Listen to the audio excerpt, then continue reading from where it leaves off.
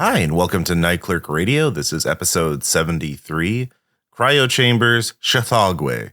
This is the 2022 Cthulhu Mythos album, as is Cryo Chamber's tradition, as they've done quite a few at this point, and it is our tradition now to review this album with our good friend Caleb. How you doing, Caleb? I have returned with the tides at the appointed time of year. The fleshy, wet tides. As the Cryo Chamber harvest comes in, the Stokes arrives. I just now learned how to pronounce this album title. So that's exciting. Yeah. I think we should henceforth refer to him as Kermit. But that's Kermit. Yeah. Yes, Tsathoggua is considered the cutest of the great old ones because he is a big old toad. There are, of course, many versions of him, and he was first invented in Clark Ashton Smith's short story, The Tale of Zatambra Zemos, written in 1929. So he was also then in an H.P. Lovecraft story, The Whisperer in the Darkness, written in 1930, and published in 1931's Weird Tales, August issue. So, yeah, he is one of the lesser known, even out of all the obscure entities in the great old ones, the Cthulhu Mythos. Tsathoggua is kind of a obscure deity as a big toad that sometimes destroys cities, and he's a sleepy boy. He's very lazy, and pretty much people kind of use him as a blank slate for whatever else, aside from being a toad and sleepy. There's not a whole lot else consistently traits. Tadpoles look fucked up.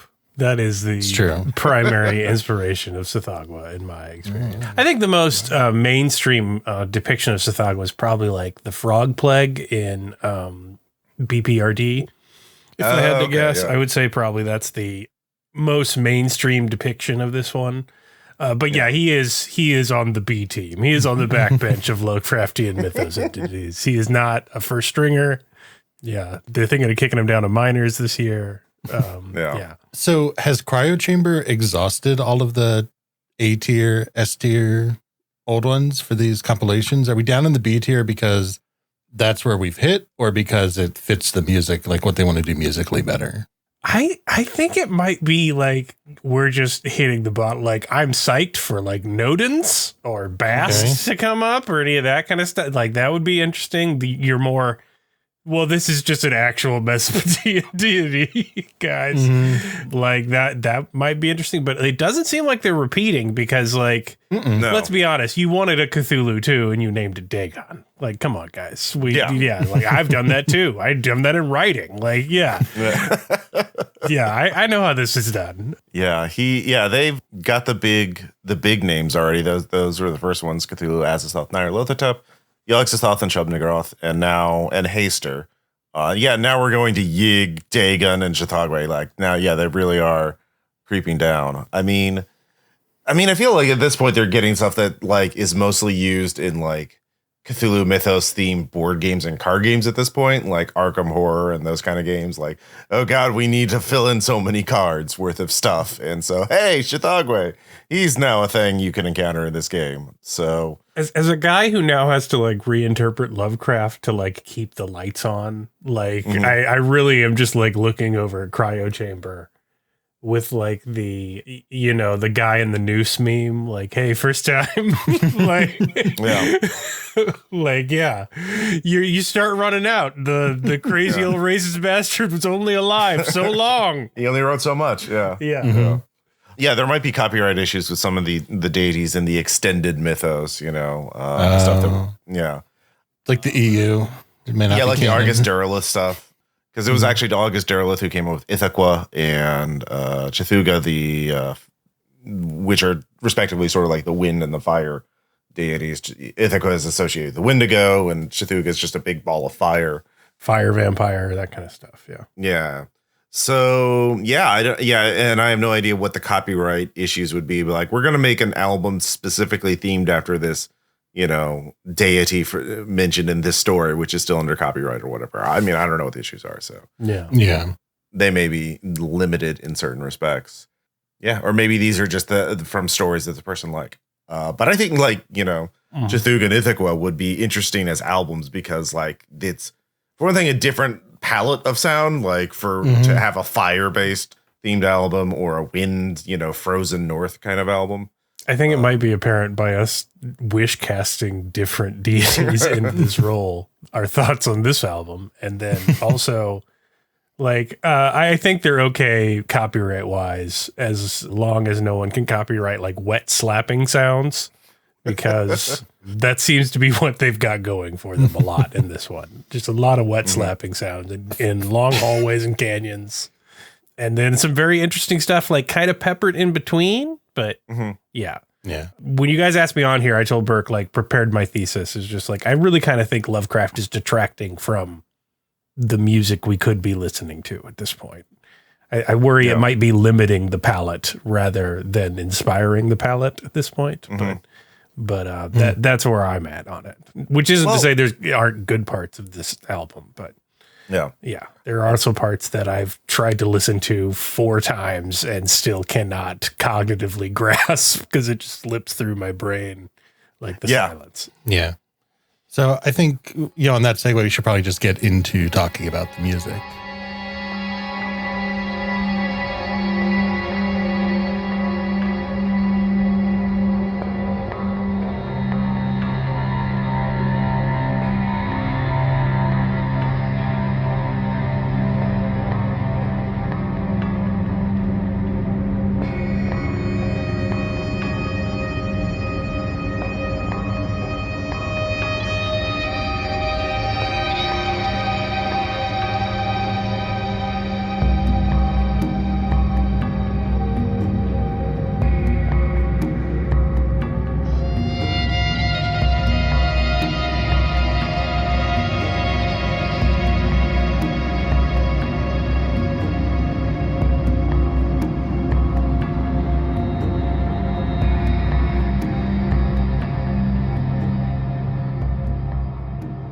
So that's a sample from part 1 of 2, Tsathoggua Cryo Chamber dedication album, I guess we'll call it. I don't know, tribute. Yeah. And this, I think, highlights what Caleb was talking about. Is that's an example of less droney, less soundscapey ambient, more musical. And in general, I think we probably all agree that those parts of the albums are the best. I think that's why we all liked Yig so much, because it had so much proportionally more of that orchestration than the wah. Yeah, exactly. So, these Cryo Chamber Lovecrafts are always long. They're 2 hours, 2 1-hour tracks, released as a CD. They're always a big collaboration. So this one is 20 people who are just kind of currently on the Cryo Chamber label. There's always Simon, H.M. Chris Ayres is always on there. And then a bunch of other people. So all names I know, or that we've talked about in some capacity here, or even in passing, like God Body Disconnect and Dead Melodies at the very least. And everybody else, I at least know their names. But I think, the theming that Caleb was talking about and the requirement that these are now like big, long, epic, collaborative albums, I think has kind of reached its breaking point for me on this one. Because out of those 2 hours, there's like an hour 15 of like really excellent ambient or down-tempo music. Like all of the parts that are either live instruments or more structured synth are great. That's like, that would be an hour, be a 75-minute, just amazing dark ambient Cryo Chamber album.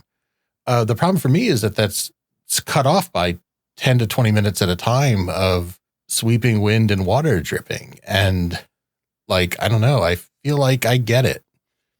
I just, I don't have much to add. Like, I don't, the show is never about being like negative. Like, I never really thought of it as like a review show where like, you only talk about stuff you like. And I do like 80% of what's on these 2 tracks.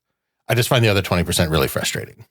Yeah. It makes me wonder, like, again, because they've chosen such a very narrow theme for the album and they have so many collaborators, that it gets maybe a little muddled because, just the limitations of collaborating with that many people. Like, I have no idea is everybody just assigned 10 minutes of the album and then they just throw it in there. Like, how much is, instead of like, cause like Cryo Chamber does put out albums that are really excellent. Like ones we haven't reviewed yet, like, again, artists like World Clock and stuff like that are doing really innovative stuff in the field of dark ambient. But like, so I wonder if this is just, it would be better served if there were fewer artists with more control over it to create more unified work.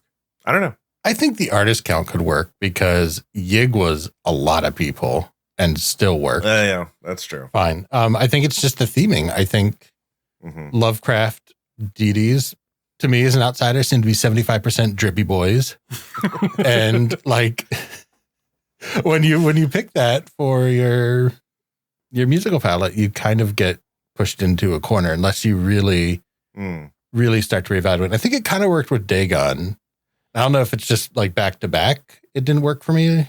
Yeah, that's the only part I feel like versed enough to speak upon is the theming part, because I would never presume to say like this is badly composed ambient music, and I'm not saying that, but I am saying like when we're getting down to like the C-list roster of Lovecraftian deities, to where I'm sure many of the artists on this 20 artist collaboration are having to go to the Wikipedia page for Tsathoggua, like to be like, who is this guy? That's very different than like what you're doing with like individual Lovecraftian creators today who are desperately trying to get out of like traditional interpretations of his work literarily. And then if you're doing it in gaming, I'm desperately trying to get out of predictability of what's going to happen there.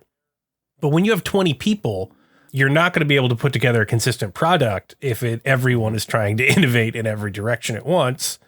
And then no one's also going to be really kind of inspired to innovate when you have to sort of engage with this on a yearly schedule, like clockwork. And you need to know what the damn thing means anyway, because you haven't read any of those stories or heard any of that stuff, because you're down in the weeds of the lore. So I do think that probably has sort of a materialist, like if we're starting the project with this as the baseline, it's going to limit, what you get in a response.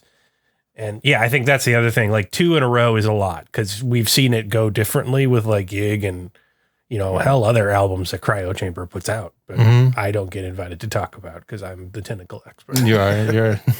But stay in your lane, Stokes. Yeah. Sorry. Hands off. Yeah, that's the thing I was mainly trying to figure out, is because we've been doing this since Haster, right?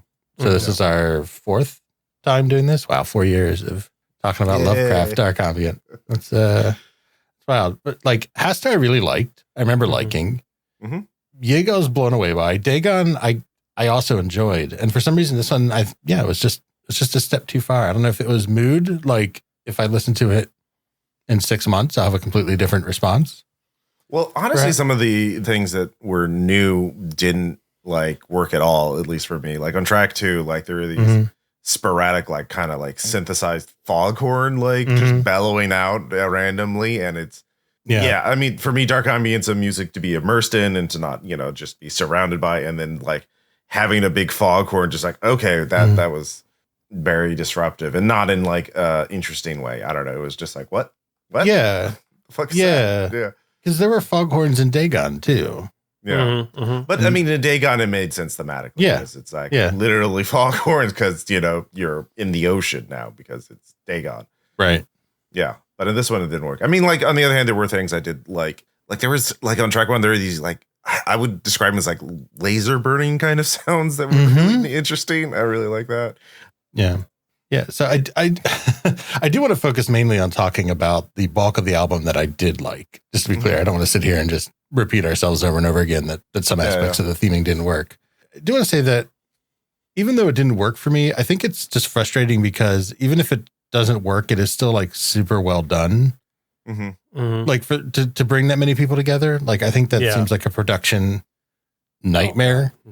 I mean, I imagine by now it's a pretty well-oiled machine since the 9th album at this point. So it's just always the craft of the albums is always really strong, even if it doesn't always hit. 100% of it doesn't hit with me. So it's not. It's just weird because it's not bad. It's just like I want different. I want different stuff next year, I think is what it comes down to. Do you think there's like one guy every year just turning in a merengue piece? He's like, how am I going to work this in, man? Like, this doesn't. You love the merengue. You didn't read the brief. That's what I was saying, like earlier on, like if they chose a deity that, like, the thing is, they're also choosing, like, these beings are all like wet, fleshy things that live in moist and dark environments. Like they don't. which makes sense because, it's dark ambient, but like an Ithaca album would be real interesting because, opened up to like a more, howling winds. And yeah, I don't know. I think, the theming needs, I would be interested in like a Tsathoggua one, which is basically a deity so terrifyingly. If you look at even a good likeness of it, a statue of it, you turn to stone, but your brain remains intact. You're frozen in the statue for eternity. Conscience. So I would have no idea what that would sound like, but I imagine I want infinity frequencies on that one. I don't know why. Yeah, the repetition, of signal wave would work really well. Yeah, are there any broadcast based deities? That's the thing. There can be but you got to go in one direction if you're going to reinterpret it that way. You can't be stuck on like Webster's dictionary defines Tsathoggua as yeah. I mean, Nones would be like a Wagnerian opera almost. I feel like. Yeah, that doesn't sound ambient to me in my brain. But there are parts I like I really like the electric piano at where it sounds very kind of mall softy all my end. Oh yeah. It felt like a food court built around a pool. I said it still sounded wet, but it sounded chlorinated. So I liked that part. And there's a lot of stuff that I enjoyed, but there was the dark ambient growl, and then the parts that really threw me out of it were I do think parts of it sound like Amazon Thriller, like something they threw in the background of a shot of Tales of the Loop, or Jack Ryan looking at a bunch of maps and spreadsheets, just sort of a sort of heartbeat peristalsis percussion thing in the background on ambient tones, the kind of things they make fun of in Forgetting Sarah Marshall. It would only go for 1 or 2 minutes, but I'm it's that's the montage music. It didn't, so it was just, I guess the seams were very apparent in this one for me. Yeah. Which is one of the interesting things about the dark ambient is they always do come across to me as cinematic or media related, which I guess is just a good thing. Maybe that just means they're effectively evocative or whatever for me, but I do always associate them pretty strongly with some visual imagery, the soundscape. I mean, Cryo Chamber in particular, I think that's literally, that is definitely their focus. Because there's, I've listened to other, non-Cryo Chamber dark ambient that is not nearly as cinematic. I do like it, especially the I think probably one of my favorite parts is the end of track 1, because it gets so sort of kind of chill and cosmic. Yeah.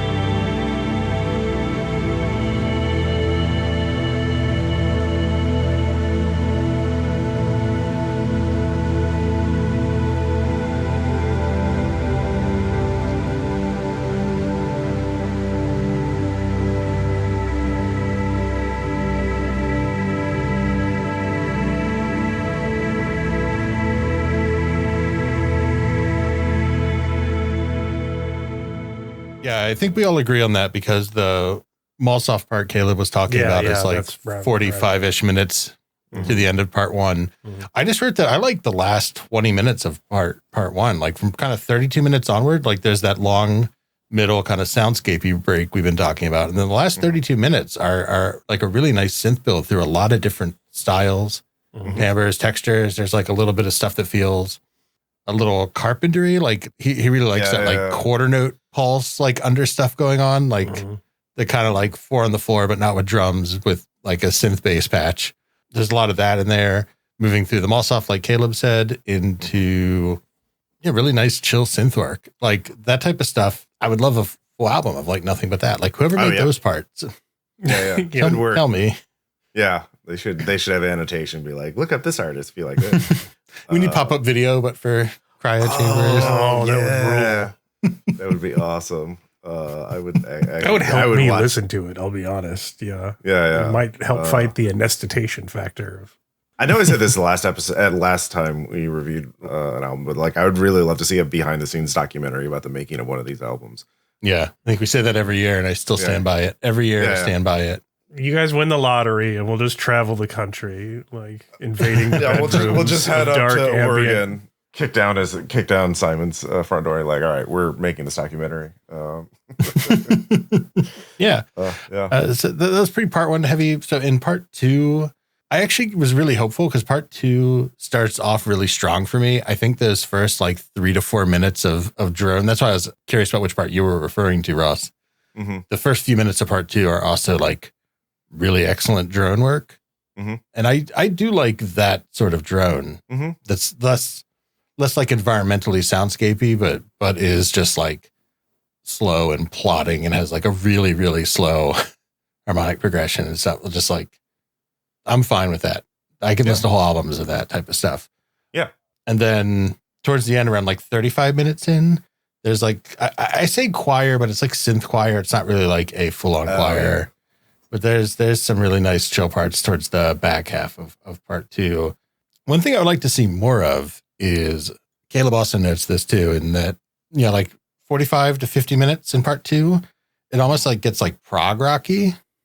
Mm. And this happens for a few minutes in like every Lovecraft album. I don't know who's responsible for that sort of guitar stuff. Yeah, almost. It gets a little crescendo core there near the yeah, exactly. But I would love to have more of that too. Like that's another thing that I always like, but it's just kind of exists for a little bit towards the end and then is gone. Yeah, again, like for me, dark ambient is like music to be immersed in, and like I was actually reading a lot of Cthulhu Mythos kind of fiction and like Delta Green stuff while I was listening to this album.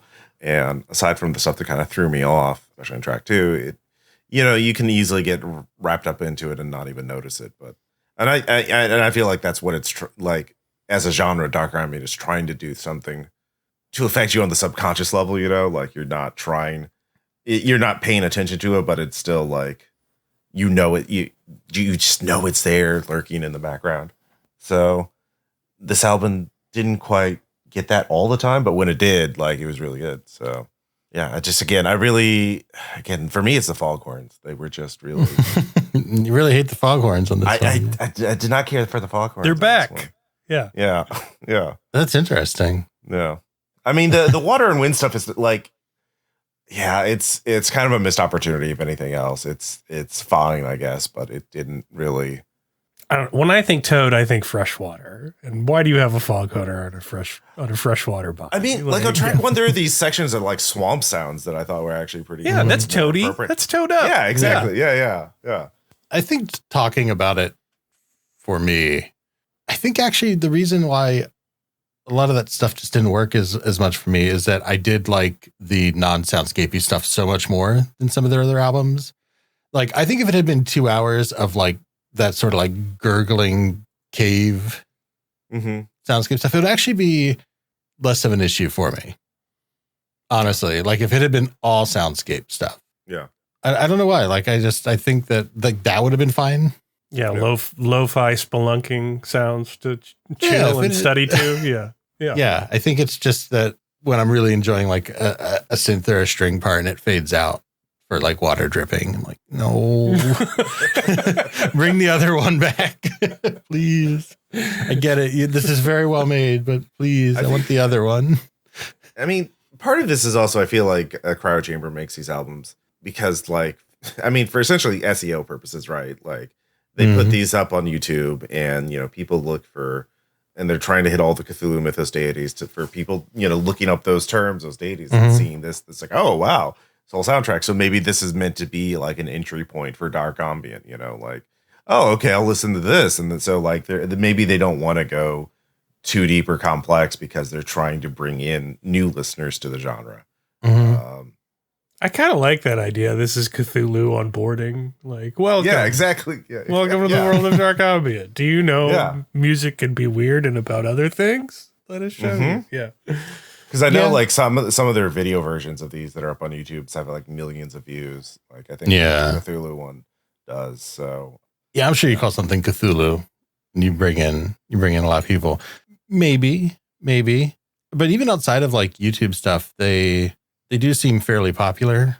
If you look at like Bandcamp and Rachel Music type stuff. So I do think they are producing stuff people like. And like, it's which I've said many times. Well, I'm just, because like I said, like Cryo Chamber puts out a lot of really great albums in general. But like, I feel like these collaborations specifically are meant as more of a, they're not trying to be as experimental as they are in some other dark ambient thing, being more like this is the not, I wouldn't say standard, but like this is the sound of dark ambient. This is as opposed to being something a little less conventional in the genre. I don't know, entire theory, but like I'll be honest, I feel a little bad because I don't want to give the wrong impression, because we have focused a lot on the stuff that we're kind of tired of. Mm-hmm. I mean, we're also like people, like we've listened to all of these intently. Like we're just, we're sort of in the minority of listeners to being like, nitpicking very specific things. In a work that, I've noticed that if I listen to something like a few months after we do it for the show, I tend to like it a lot more, or like engage with it in different ways, because you don't just have it on semi-repeat that week. Because I actually think that like if this was just if I had no repeated exposure to this and I just came over and you had like the YouTube video on your TV as background music for hanging out, I would think nothing of it. I would think it's a very pleasant. Oh, sure. In that regard. Yeah.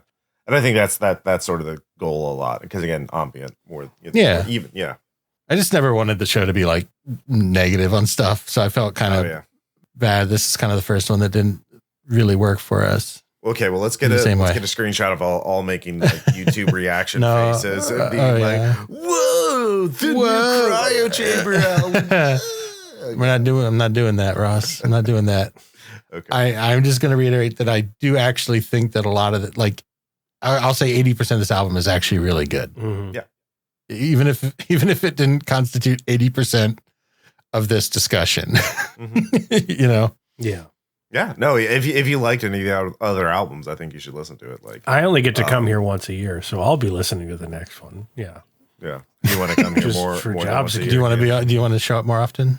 I what can't. do you want to talk about? I mean, unless one of these mythos deities, write something you could dance to. Like, would it kill him to put a hi-hat on 1 and 3? Come on.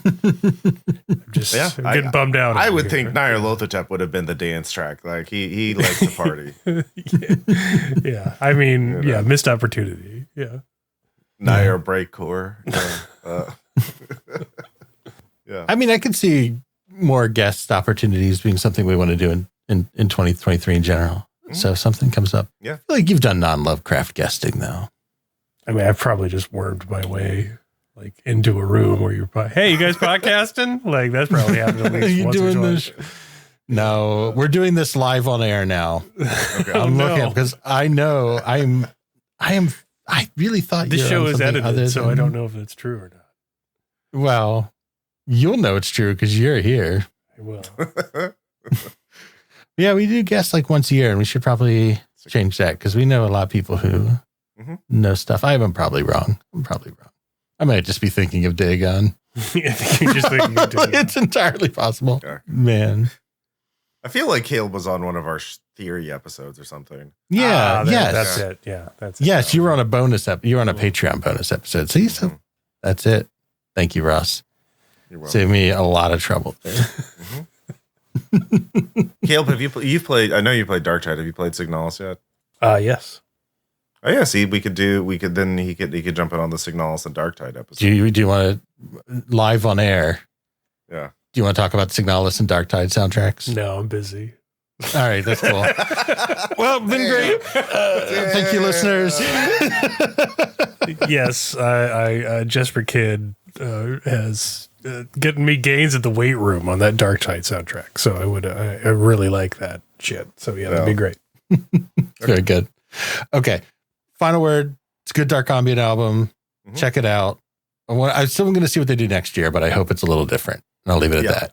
I think they should just choose a deity that sounds different, like not a wet, fleshy one.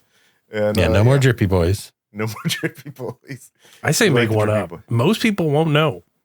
You're going to be fine. George Santos is in Congress. You can make up an elder god. Like, it's just that easy.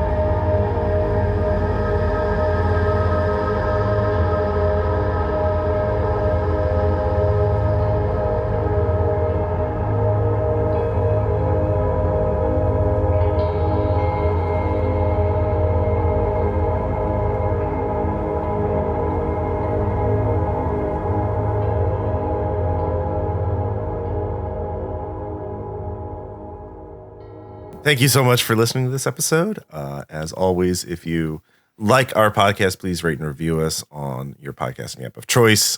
We are at nightclerkradio.com. Our Twitter account is at nightclerkradio.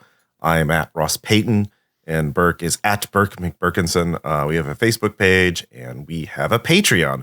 Patreon.com/nightclerkradio. For $5 a month, you can get access to a bonus episode, occasional essays, and our Discord. We have a really great community where we talk about music and theory and all kinds of fun stuff. Let's see. Caleb's a member of the Discord. I am. Yeah. It is. And how can people find you, Caleb, on the internet?